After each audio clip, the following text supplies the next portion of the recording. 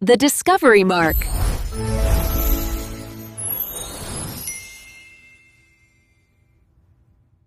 What if you could change history?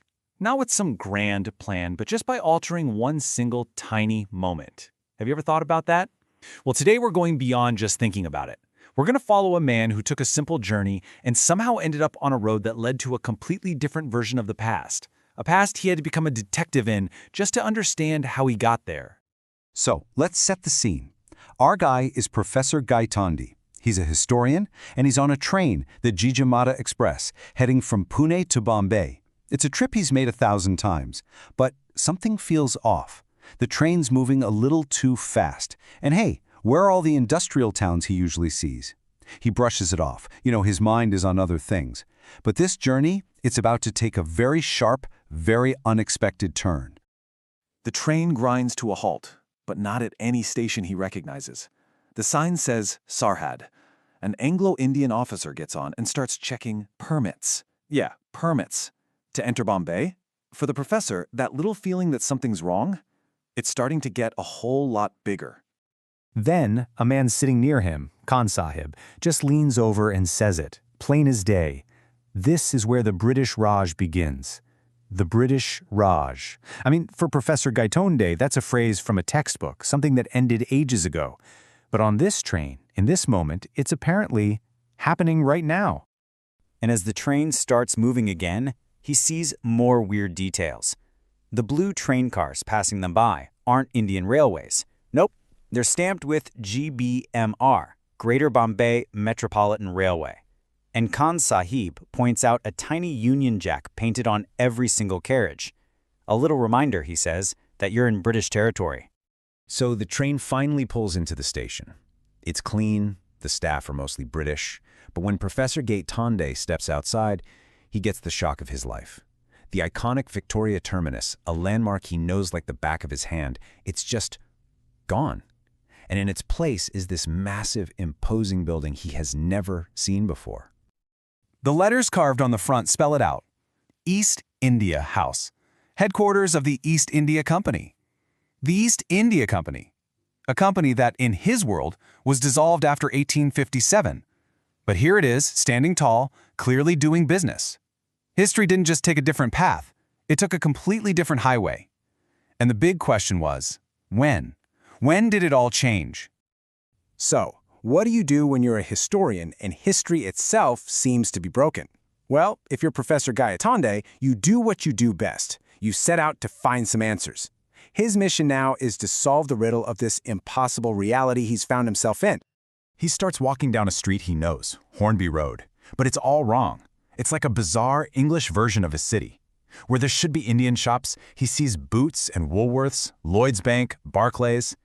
Then he goes to find his own son Vinay at his office, only to be told that no one by that name has ever worked there. It's not just that history is different, his own life, his own family, has been completely erased. His personal world has vanished, so all he has left is his professional one. And for a historian, there's only one place to go when you need to figure out the past, even if it's the wrong past. He heads for the town hall, to the library of the Asiatic Society. He's going to look at the history books, even his own, to find the exact moment things went sideways. Inside this incredible library, he asks for his own 5-volume history of India. If the past has been changed, the proof has to be in there somewhere, right? He opens the first book and starts his investigation, page by page. Okay, so he goes through Volume 1, all the way up to Ashoka. Everything's exactly right. He grabs Volume 2 up to Samudragupta, still correct. Volume 3, Muhammad Ghori, same story. Volume 4, all the way to the death of Aurangzeb, it's all exactly as he wrote it. The history he knows is still there, up to a point. The break, the split in the timeline, it has to be in that final volume. And there it is. He finds it in Volume 5. The turning point was the Battle of Panipat. In this world, the Marathas didn't lose. They won. A huge victory. Their leader, Vishwasrao, survived, and he went on to build this powerful empire that embraced technology, democracy, and kept the British as just tenants, leasing space in Bombay. And the craziest part? He recognizes his own writing style, but he's reading about these events for the very first time. So, after a little incident at a public lecture sends him crashing back to his own world, Professor Gaitonde is left with this absolutely unbelievable story. But he has one single piece of evidence. He takes his story to his friend Rajendra Deshpande, looking for a scientific reason for a completely illogical experience. And, with a bit of a flourish, the professor pulls out his proof. It's a single old torn page from a book called Pausai Banchi Bakar. He'd accidentally grabbed it from the library in that other world. And this page is the key to everything.